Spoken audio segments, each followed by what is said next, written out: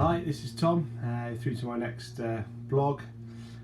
Tomorrow, my under 10's team have got their presentation day, which got me thinking about the 3 years of my coaching really, starting off at under 8s, then through to under 9s, but at the end of the under 9 season, me and my coach and assistant decided to split up the team because we had 7 lads playing a year up.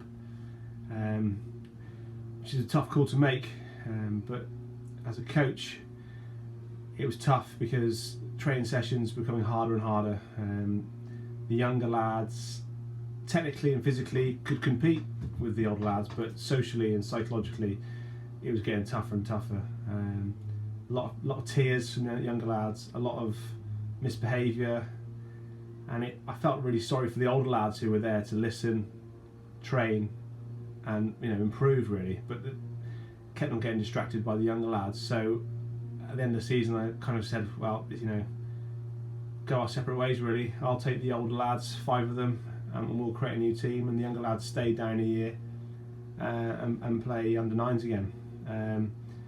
It's worked out quite well really. So at the end of April 18 I had to recruit like mad, social media, did open training sessions, and then by the end of April I had managed to get myself a squad of 13 players, which is quite a quick turnaround. And then obviously all that summer getting everybody up to speed.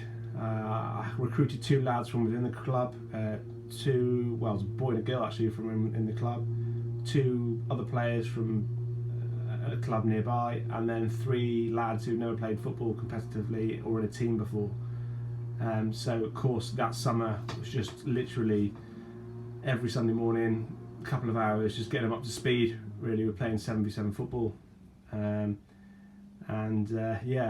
season started off okay, winning 2 games, then after that we were on a bad run of 7 games, losing 7 games, and I took them indoor to do futsal in the winter.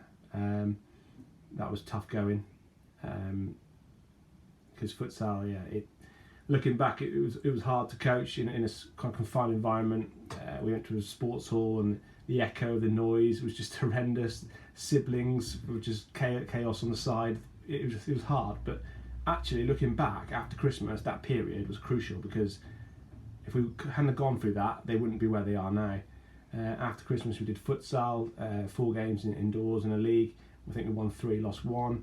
And then obviously because we had a bad run in the season, we ended up in the bottom league, and so we played 4 games in the bottom league, and it was just we excelled beyond belief really. And so we've got a presentation tomorrow, so it's amazing how far we've come really in a season, from 5 players to 13 players, and just integrating 7 new players into a team. It is tough, but sometimes that's what you've got to do.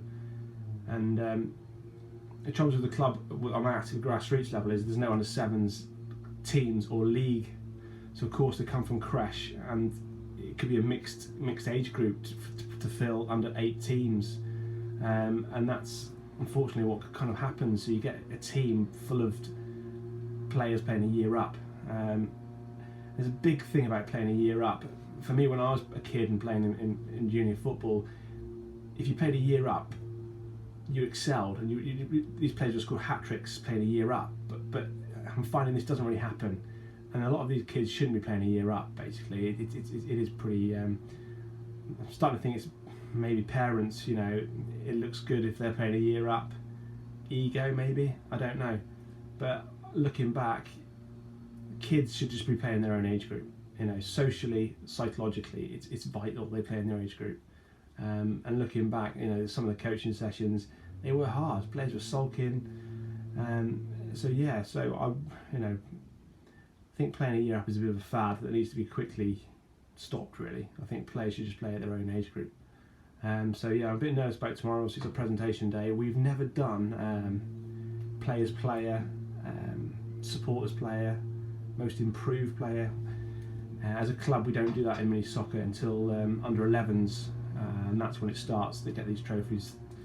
But we thought, myself and my assistant thought, shall we introduce it this season? Had a bit of a few parents not quite happy about it, but they'll all get a trophy for playing a season. It's just obviously some will get a trophy for excelling, which, you know, in sport, in school, you know, kids do get rewarded for achievement, and that's all it is really. And the idea is hopefully that players that don't get a trophy, it kind of kicks them on to try harder next season, and that's what it's for. So as a supporters player, managers player, players player, top goal scorer, most improved. So fingers crossed, I've got speeches done, and hopefully it's a good day tomorrow. Just a bit of an insight into my under-10s Eagles team. If you like the video, please like it, or any questions, ask below. Cheers, thank you.